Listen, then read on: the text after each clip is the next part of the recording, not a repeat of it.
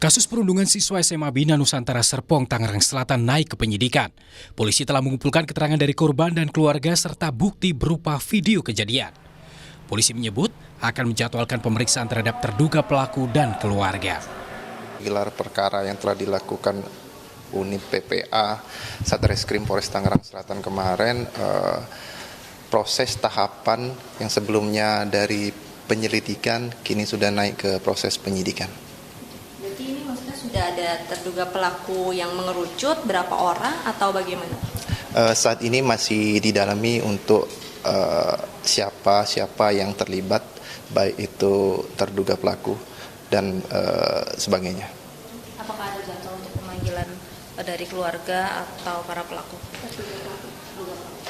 Saat ini sudah diagendakan, tapi untuk lebih tepatnya masih menunggu dari penyidik. Sempat dirawat di rumah sakit, korban bullying kini telah dipulangkan ke rumah. Kepala Unit Pelaksana Teknis Dinas Perlindungan Perempuan dan Anak Tangerang Selatan, UPTD PPA, menyebut korban masih mengalami trauma dan takut untuk keluar rumah. Korban akan mendapat pendampingan psikologis, konseling maupun pendampingan hukum.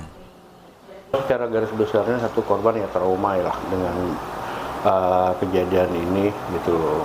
Trauma memang masih pasca kejadian itu memang dia tidak mau keluar rumah, dan juga dengan viralnya video-video di medsos juga itu juga menambah beban dari si korban. Langkah ke depan kita memang tetap memberikan layanan konseling terhadap korban, keluarganya, orang tuanya ya. Sama. Anggota Komisi Perlindungan Anak Indonesia Dia Puspita Rini menyebut perlu kerjasama semua pihak untuk memutus mata rantai bullying. KPAI juga mengingatkan agar kasus bullying ini tidak dianggap remeh. Ini bukan menjadi tanggung jawab siapa, tapi seluruh pihak, ya. Kenapa? Karena yang bullying atau perundungan itu memutus mata rantainya tidak dari satu sisi, tapi semua pihak. Pengawasan dari masyarakat saya kira juga penting. Kenapa? Karena kejadian di kasus ini itu di luar sekolah. Bagaimana kemudian kita semua itu bisa memahami bahwa perundungan, bullying itu tidak dianggap remeh gitu. Kasus perundungan yang menimpa siswa kelas 10 SMA Binus Serpong terjadi sebanyak 2 kali. Perundungan pertama terjadi 2 Februari 2024 di warung belakang sekolah Binus Serpong. Perundungan diduga dilakukan oleh belasan senior, yakni kelas 12. Aksi perundungan terjadi kembali pada 13 Februari 2024. Hal ini terjadi karena korban ketahuan mengadukan kejadian sebelumnya kepada keluarga. Korban mengalami sejumlah luka, di antaranya luka di bagian leher, memar di beberapa bagian tubuh, dan luka bakar akibat benda panas. Dari data yang dihimpun Kompas.id, kasus perundungan di sekolah sepanjang tahun 2023 yang terekam pemberitaan media massa berjumlah 136 kasus. Ada 134 pelaku perundungan dengan jumlah korban mencapai 339 orang. 19 diantaranya meninggal dunia. Untuk mengatasi isu bullying di lingkungan sekolah, Kemendikbudristek mendorong pembentukan Tim Pencegahan dan Penanganan Kekerasan (TPPK). Tim akan menangani kasus perundungan sekaligus pemberian sanksi pada pelaku serta pemulihan korban. Tim Liputan, Kompas TV.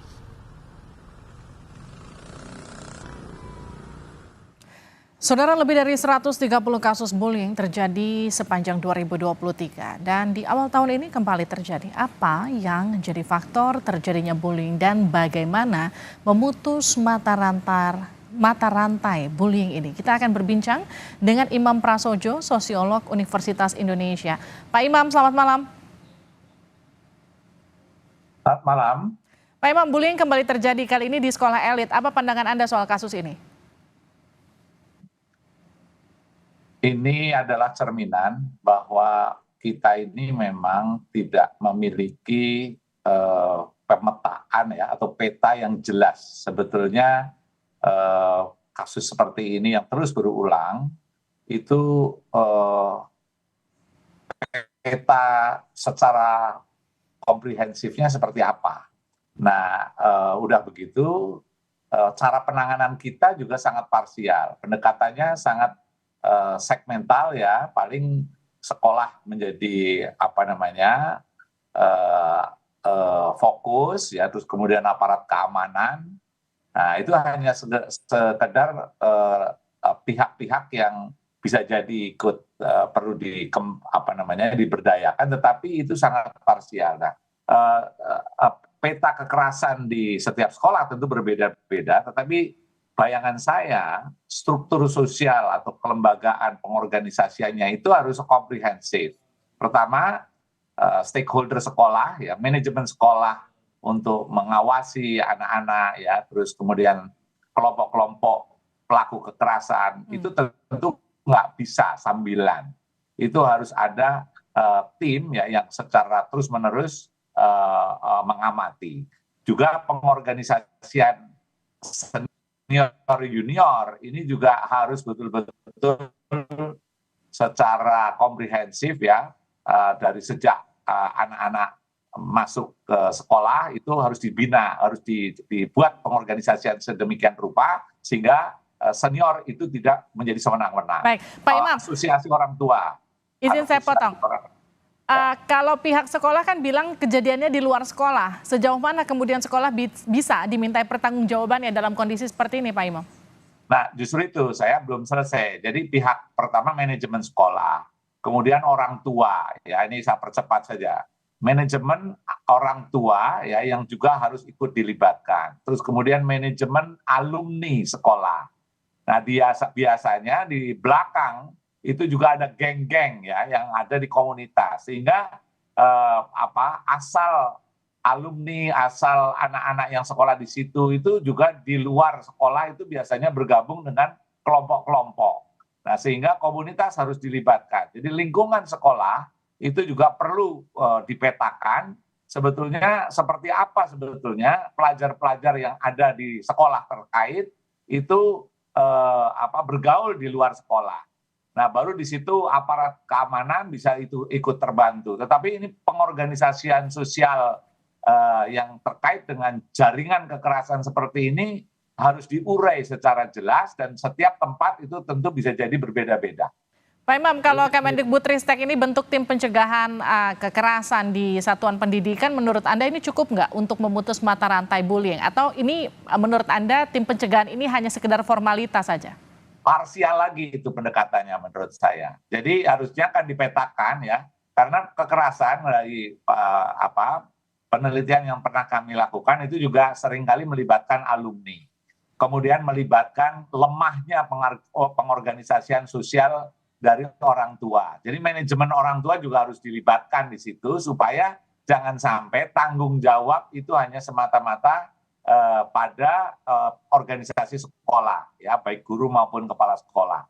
Nah, kalau sudah dikaitkan dengan geng, ya anak-anak yang di luar sekolah itu biasanya juga seringkali bergabung dengan kelompok-kelompok. Yang kelompok-kelompok itu tidak semuanya baik, ya itu kelompok-kelompok bisa kelompok-kelompok kekerasan. Bahkan di wilayah tempat tinggal saya itu namanya saja sudah macam-macam, ada Glorados, Gelodongan Raja Dosa, ada Pasipur, Pasukan Siap Tempur, ya ada Romusa, Rombongan Muka Sangar. Nah, itu geng-geng yang muncul di komunitas. Nah, itu adalah tempat di mana anak-anak, ya anak-anak siswa sekolah di luar sekolah itu bergabung dengan kelompok-kelompok seperti itu. Oke, Pak Imam, kalau dengan tadi Anda sempat menjelaskan soal nama-nama geng yang cenderung katakanlah apa yang ingin ditunjukkan oleh anak-anak tersebut dengan membuat geng, dengan menamakan geng mereka yang menggambarkan kekerasan mungkin ataupun semacamnya. Jadi secara umum ini kan sebetulnya setiap anak dimanapun itu perlu aktualisasi diri, perlu aktivitas. Di saat negara atau suatu wilayah yang tidak bisa memberikan infrastruktur wadah-wadah kegiatan yang positif, maka mereka akan mencari sendiri. Dan geng-geng ini adalah wadah-wadah mereka ya untuk beraktualisasi, untuk berkegiatan, termasuk juga kelompok-kelompok yang ada di dalam sekolah. Nah, oleh karena itu di tengah situasi seperti ini, kelompok-kelompok kegiatan anak-anak yang tidak mendapatkan arahan, tidak memiliki program-program yang jelas. Inilah sebetulnya biang keladi dari semuanya. Nah, kalau kita itu setiap kali ada kejadian seperti ini baru kita itu melakukan penindakan, dan itu pun pendekatannya adalah pendekatan keamanan, pendekatan hukum misalnya. Nah, itu tidak menyelesaikan masalah sampai ke akarnya. Nah, ini pengorganisasian seperti ini yang harus dipetakan, sehingga Kemdikbud kalau membuat tim-tim seperti itu, dia bisa jadi akan banyak sentra-sentra kekerasan itu yang tidak terdeteksi. Baik, Pak Imam, sering disebut lemahnya pembangunan karakter, pendidikan karakter buat anak muda ini jadi salah satu pemicunya. Jadi solusinya apa? Pendekatan karakter. Ya, aktor itu memanglah pengorganisasian PT KAI ya. Bagaimana PT KAI itu menertibkan para penumpangnya. Itu bukan pendekatan karakter, tapi pendekatan organisasi. Pada saat kelembagaan ya, manajemen itu organisasi atau institusi itu ditata dengan baik, maka perilaku-perilaku yang negatif itu cenderung akan menurun. Nah, jadi kita ini menurut saya pengorganisasian alumni, orang tua, komunitas ya, itu pengorganisasian di sekolah itu sendiri tidak dibiayai ya, tidak punya dana untuk mendukung itu, kesadaran untuk organisasi di situ juga mungkin tidak terlalu tinggi, sehingga akhirnya struktur sosial itu tidak mendukung tumbuhnya sebuah lingkungan yang sehat, yang baik. Nah, jadi kalau seandainya nanti ada buat tim ya, jangan-jangan tim ini juga kerjanya parsial dan temporer. Nah, yang kita butuhkan adalah sebuah struktur sosial ya, pengelembagaan, pengorganisasian ya yang komprehensif dan permanen. Termasuk bagaimana mempunyai program antara senior dengan junior yang dari awal sudah dibangun sehingga biang-biang kerok kekerasan itu bisa dikurangi gitu, kira-kira gitu. Baik, terima kasih Pak Imam sudah bergabung bersama kami di Sapa Indonesia Malam.